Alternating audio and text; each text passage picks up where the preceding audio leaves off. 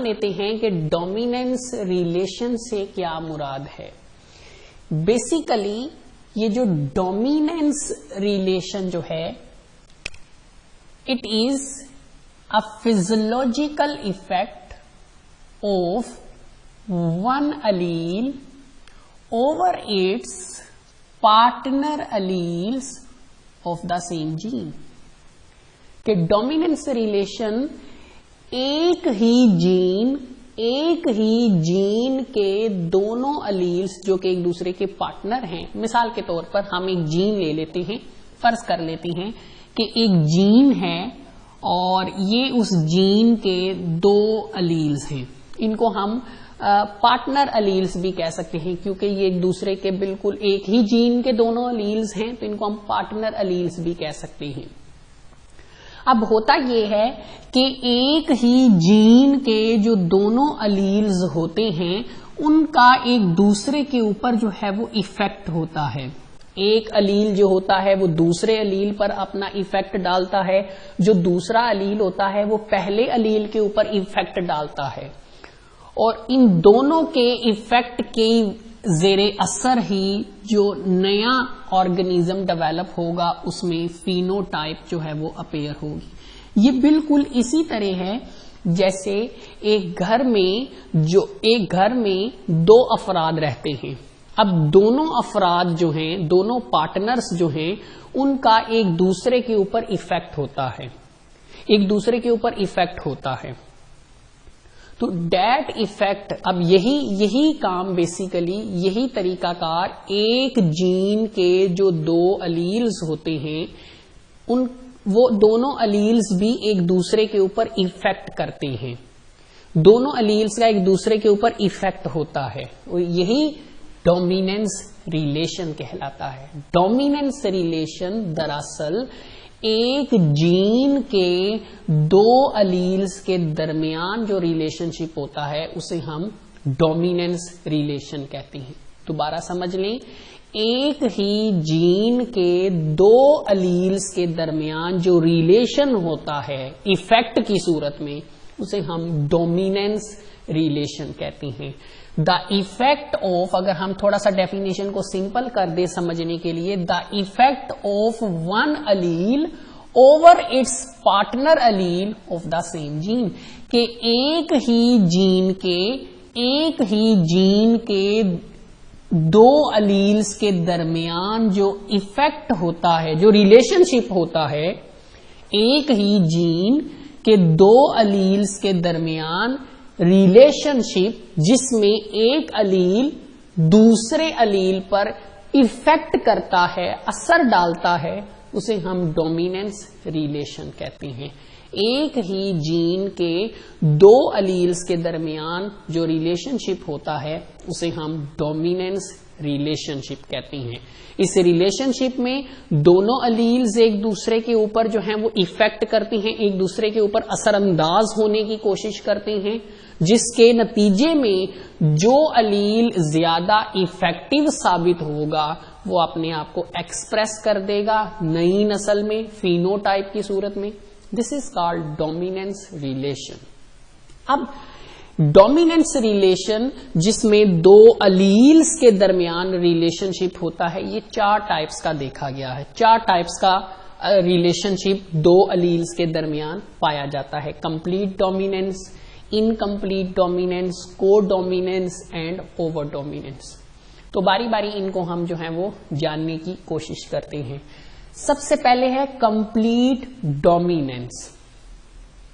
अब अगर हम इस पर स्टूडेंट्स, अगर हम इस पर थोड़ा सा गौर करें, कंप्लीट डोमिनेंस, इसका मतलब ये है कि इस रिलेशनशिप में एक जो अलील होगा वो दूसरे अलील पर 100% इफेक्टिव होगा, वो डोमिनेट करेगा। जब एक अलील दूसरे अलील पर इफेक्ट डालेगा तो वो दूसरा अलील जो होगा वो उस इफेक्ट की वजह से वो छुप जाएगा, उसका असर जो है वो इफेक्ट जो है वो खत्म हो जाएगा। जैसा कि डेफिनेशन में वो कहता है, कंप्लीट डोमिनेंस क्या है? When one allele is completely dominant over other allele. कि जब एक अलील अगर दूसरे अलील पर मुकम्मल तौर पर डोमिनेट करता है, तो वो जो दूसरा अलील है जो डोमिनेट नहीं हुआ, जिसे हम रिसेसिव अलील का नाम देंगे, वो मौजूद तो होगा लेकिन उसका असर जो होगा, उसकी जो फिनोटाइप जो होगी वो छुप जाएगी। इसकी बड़ी सिंपल सी एग्जांपल मेंडल के ही जो ट्रेट्स थे, जैसे कि हमने लॉ ऑफ सेग्रीगेशन में एक ट्रेट पढ़ा था शेप, कि सीड शेप राउंड भी हो सकती है, वो रिंकल भी हो सकती है।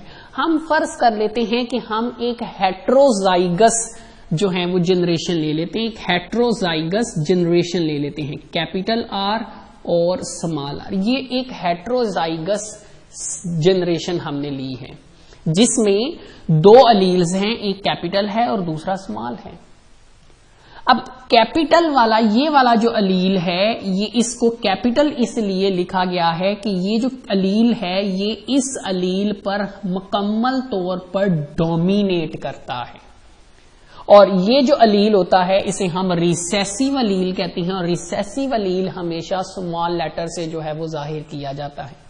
लिहाजा चूंकि अब ये भी दो अलील्स के दरमियान रिलेशनशिप है, लेकिन इस रिलेशनशिप में एक अलील जो है वो दूसरे अलील पर मुकम्मल तौर पर डोमिनेट हो रहा है। लिहाजा हेट्रोजाइगस में अब जो करैक्टर अपेयर होगा, जो फिनोटाइप इस हेट्रोजाइगोट में अपेयर होगी, वो किसके मुताबिक होगी? वो डोमिनेंट वाले के मुताबिक होगी, वो रिसेसिव वाले के मुताबिक नहीं होगी। अब ये जो है ये राउंड के लिए जो है वो ये राउंड फिनोटाइप प्रोड्यूस करता है, और ये जो है ये रिंकल फिनोटाइप प्रोड्यूस करता है। लेकिन चूंकि हेट्रोजाइगोट जनरेशन है, तो इस हेट्रोजाइगोट जनरेशन में जो फिनोटाइप होगी वो कौन सी होगी? वो राउंड होगी, मतलब कि वो डोमिनेंट की होगी। तो when one allele is completely dominant over other allele, जब एक अलील दूसरे अलील पर डोमिनेट करता है, तो वो जो presence of recessive Aleel is hidden. तो ये जो अलील होता है, तो जाहिर सी बात है वो अलील जो डोमिनेट कर रहा है वो डोमिनेंट अलील कहलाएगा, और ये वाला जो होगा ये रिसेसिव अलील है। तो वो कहता है जब एक अलील जो होगा, जब ये वाला अलील इस पर डोमिनेट करेगा, तो ये जो रिसेसिव अलील होगा, ये इसका जो फिनोटाइप होगी वो छुप जाएगी। लिहाजा हेट्रोजाइगोट में जो फिनोटाइप अपेयर होगी वो किसके मुताबिक होगी? वो डोमिनेंट वाले के मुताबिक होगी, वो डोमिनेंट के मुताबिक होगी। दोबारा समझ लें, कंप्लीट डोमिनेंस में क्या होता है? एक अलील दूसरे अलील पर मुकम्मल तौर पर डोमिनेट कर लेता है। लिहाजा जो अलील डोमिनेट करता है वो हेट्रोजाइगोट में अपने आप को फिनोटाइप के तौर पर जाहिर कर देता है, लेकिन जो रिसेसिव अलील होता है वो अपने आप को जाहिर नहीं कर पाता। तो मेंडल ने पी प्लांट पर, अब इसकी एग्जांपल में मेंडल ने जितने भी पी प्लांट के कैरेक्टर्स पर ट्रेट्स को स्टडी किया था, वो सब जो है वो कंप्लीट डोमिनेंस ही जो है वो शो करते थे। सेकंड पे आ जाते हैं स्टूडेंट्स, इनकम्प्लीट डोमिनेंस। अब यहां पर गौर किया जाए, लफ्ज इनकम्प्लीट डोमिनेंस है, मतलब कि इसमें जो एक अलील जो होगा वो दूसरे अलील पर मुकम्मल तौर पर डोमिनेट नहीं कर सकेगा। लिहाजा वो जो दूसरा अलील होगा उसका असर जो होगा, उसका जो इफेक्ट होगा फिनोटाइप में, वो हिडन नहीं होगा, वो भी अपने आप को एक्सप्रेस। अब कैसे करेगा इसको हम देख लेते हैं। तो कहता है व्हेन फिनोटाइप ऑफ हेट्रोजाइगोट, जब हेट्रोजाइगोट की जो फिनोटाइप होगी इज इंटरमीडिएट, वो मिड में होगी। किसके मिड में होगी? Between phenotypes of both homozygotes. दो होमोजाइगोट्स हैं, एक होमोजाइगोट जो है उसकी अपनी फिनोटाइप है, दूसरा जो होमोजाइगोट है उसकी अपनी फिनोटाइप है। अब दोनों की जो फिनोटाइप, दोनों के दरमियान जब क्रॉस करवाया जाता है तो जो नया ऑर्गेनिज्म बनता है जो हेट्रोजाइगोट ऑर्गेनिज्म बनता है तो उसकी जो फिनोटाइप है वो दोनों होमोजाइगोट की फिनोटाइप के इंटरमीडिएट है।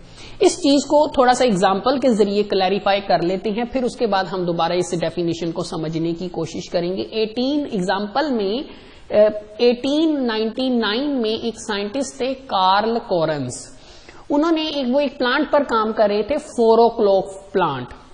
अब उन्होंने क्या किया, अब ये जो 4 o'clock प्लांट है इसमें 2 टाइप के फ्लावर्स पाए जाते हैं। इन्होंने क्या किया, कार्ल कोरन्स ने क्या किया, इन्होंने एक 4 o'clock प्लांट लिया जिसमें रेड फिनोटाइप जो है वो मौजूद थी। फिनोटाइप जो थी, इनमें जो फ्लावर्स मौजूद थे वो रेड कलर के थे, रेड कलर के फ्लावर्स जो हैं वो मौजूद थे। अब तो इन्होंने मैं इनके जो अलील्स थे उनको R1 से जो है वो मेंशन कर दिया। 4 o'clock प्लांट जो है इसमें 2 टाइप के फ्लावर्स पाए जाते हैं होमोजाइगस फॉर्म में। इन्होंने क्या किया, एक रेड कलर के 4 o'clock प्लांट का क्रॉस करवा दिया एक ऐसे 4 o'clock प्लांट से जिसमें व्हाइट कलर के फ्लावर्स मौजूद थे, व्हाइट कलर के फ्लावर्स मौजूद थे। अब ये भी होमोजाइगस है चूंकि दोनों अलील्स सेम हैं, ये भी होमोजाइगस है चूंकि दोनों अलील्स सेम हैं। तो कार्ल कोरन्स ने एक होमोजाइगस रेड 4 o'clock प्लांट का क्रॉस करवा दिया एक होमोजाइगस व्हाइट 4 o'clock प्लांट से।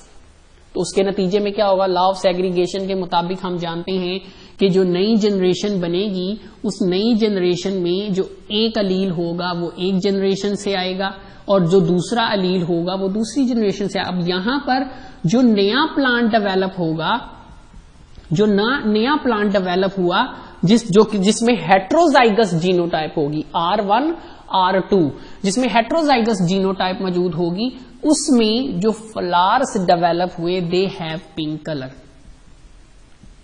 तो F1 जनरेशन, ये P1 जनरेशन है और ये जो है उनकी जब F1 जनरेशन हेट्रोजाइगस फॉर्म में बनाई गई तो वो पिंक कलर के फ्लावर्स उसमें मौजूद थे। अब यहां पर जरा आप गौर करें, ये इनकम्प्लीट डोमिनेंस का नतीजा है।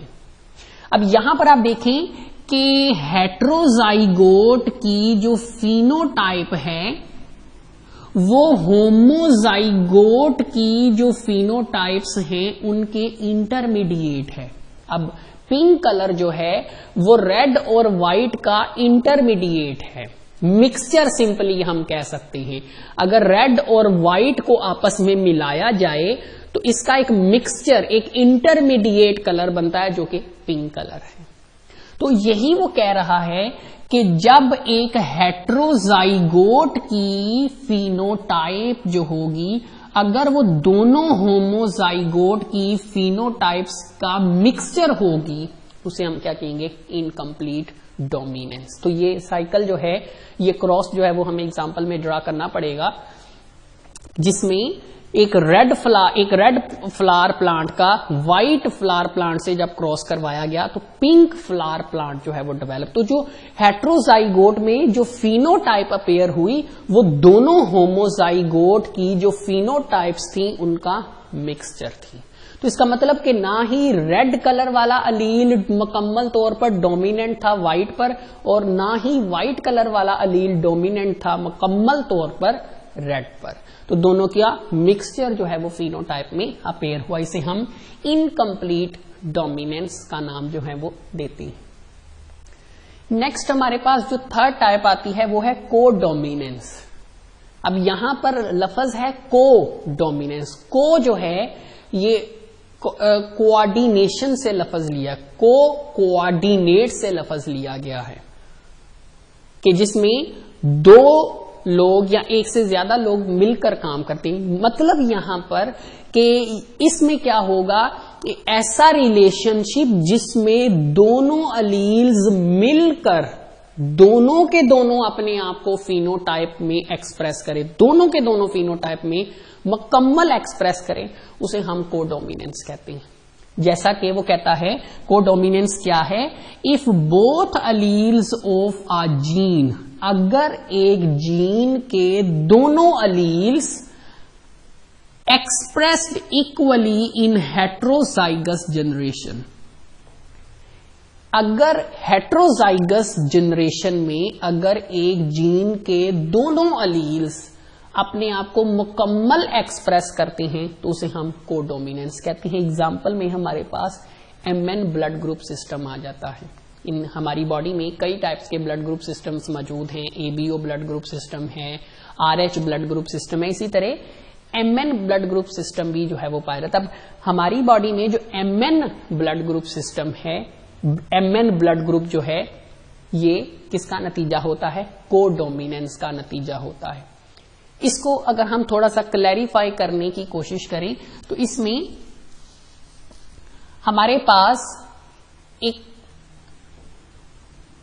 एक ऐसा ऑर्गेनिज्म है, एक ऐसा ह्यूमन बीइंग है, एक ह्यूमन बीइंग है जिसका ब्लड ग्रुप है M। ब्लड ग्रुप क्या है, M है। अब इस M ब्लड ग्रुप वाले शख्स का हम क्रॉस करवा देते हैं एक N ब्लड ग्रुप वाले शख्स से।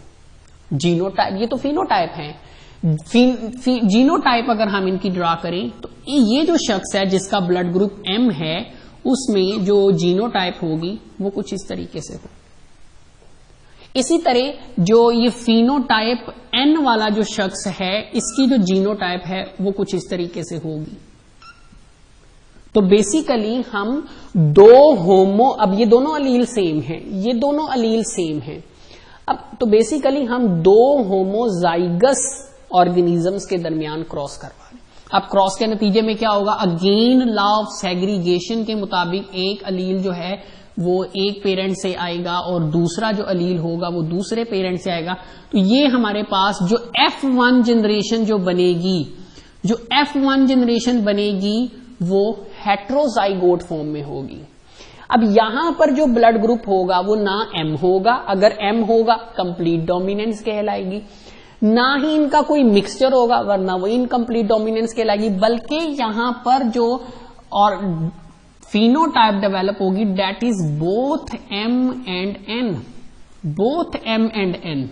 तो इसका मतलब ये है, तो यहां पर आप देखें कि हेट्रोजाइगोट जनरेशन है, हेट्रोजाइगोट है, और हेट्रोजाइगोट में ये वाला अलील और ये वाला अलील, दोनों अलील्स फिनोटाइप में अपने आप को 100% एक्सप्रेस कर रहे हैं। और यही यहां पर बताया जा रहा है कि हेट्रोजाइगस फॉर्म में एक हेट्रोजाइगस कंडीशन है, this is a heterozygous condition, ये एक हेट्रोजाइगस कंडीशन है क्योंकि दोनों अलील्स डिफरेंट, एक M है और दूसरा N है। वो कहता है अगर हेट्रोजाइगस कंडीशन में एक जीन के दोनों अलील्स अपने आप को 100% एक्सप्रेस करते हैं, तो यहां पर ये वाला अलील भी अपने आप को एक्सप्रेस कर रहा है, ये वाला अलील भी अपने आप को एक्सप्रेस कर रहा है। तो अगर एक जीन के दोनों अलील्स अपने आप को हेट्रोजाइगस जनरेशन में 100% एक्सप्रेस करते हैं तो इस रिलेशनशिप को हम कोडोमिनेंस कहते हैं। तो जो MN ब्लड ग्रुप है that is an example of codominance in human body. Next आ जाते हैं ओवर डोमिनेंस। अब ओवर डोमिनेंस में जो एक जनरेशन होती है वो अपने आप को ज्यादा एक्सप्रेस करना शुरू कर देती है बनिस्बत दूसरी जनरेशन के। मतलब कि इस रिलेशनशिप में हेट्रोजाइगस जीनोटाइप जो होती है वो ज्यादा बनना शुरू हो जाती है as compare to homozygous generation. पहले एग्जाम्पल की तरफ आते हैं, ड्रोसोफिला जो कि जिसको फ्रूट फ्लाई भी कहा जाता है, ड्रोसोफिला मिलानोगेस्टर, ये उसकी हेट्रोजाइगस जनरेशन है, हेट्रोजाइगस जनरेशन W+ और W। तो एक अलील हमारे पास W+ है और दूसरा जो है वो W है। ये एक हेट्रोजाइगस जो है वो जनरेशन है। होमोजाइगस पर अगर हम आए तो होमोजाइगस में W+ भी जो है वो अवेलेबल है, इसे wild type, normal, natural type Drosophila भी कहते हैं, और एक जो है वो रिसेसिव है W और W। अब ये दोनों होमोजाइगस ड्रोसोफिला फ्लाइज हैं, जबकि ये जो है ये हेट्रोजाइगस फ्लाई है। अब होता ये है कि जो हेट्रोजाइगस फ्लाई है इसमें इस फ्लाई की आईज में पिगमेंट्स की तादाद ज्यादा होती है बनिस्बत होमोजाइगस नॉर्मल के और होमोजाइगस रिसेसिव के। मतलब कि हेट्रोजाइगस कंडीशन में जो फिनोटाइप है वो ज्यादा एक्सप्रेस करती है और होमोजाइगस में फिनोटाइप्स जो है वो कम एक्सप्रेस करती है। जैसा कि आप यहां पे देखें वो कहता है when heterozygous phenotype exceeds in quantity then both homozygotes। अब इसमें अब ये भी होमोजाइगोट है, ये भी होमोजाइगोट है। अब इस होमोजाइगोट में आई पिगमेंट्स की तादाद जो है वो कम है, इसमें भी आई पिगमेंट्स की तादाद जो है वो कम है, लेकिन इस फ्लाई में आई पिगमेंट्स की तादाद जो है वो ज्यादा है। अब आई पिगमेंट्स की जो तादाद है दैट इज द फिनोटाइप। तो हेट्रोजाइगस में फिनोटाइप क्वांटिटी के लिहाज से ज्यादा है बनिस्बत दोनों होमोजाइगोट्स के। तो अगर एक हेट्रोजाइगस जनरेशन में फिनोटाइप ज्यादा अपेयर होती है और होमोजाइगस में फिनोटाइप्स कम अपेयर होती है, यही वो कह रहा है कि heterozygous phenotype exceed in quantity than both homozygous. अगर दोनों होमोजाइगोट्स की निस्बत हेट्रोजाइगस में फिनोटाइप ज्यादा एक्सप्रेस करे तो उसे हम ओवर डोमिनेंस कहते हैं। तो ये बेसिकली ये चार रिलेशनशिप्स हैं between alleles of the same gene. तो एक ही जीन के अलील्स के दरमियान जो रिलेशनशिप्स होती हैं जो कि उनके एक दूसरे पर इफेक्ट के नतीजे में वजूद में आते हैं उसे हम डोमिनेंस रिलेशंस का नाम देते हैं।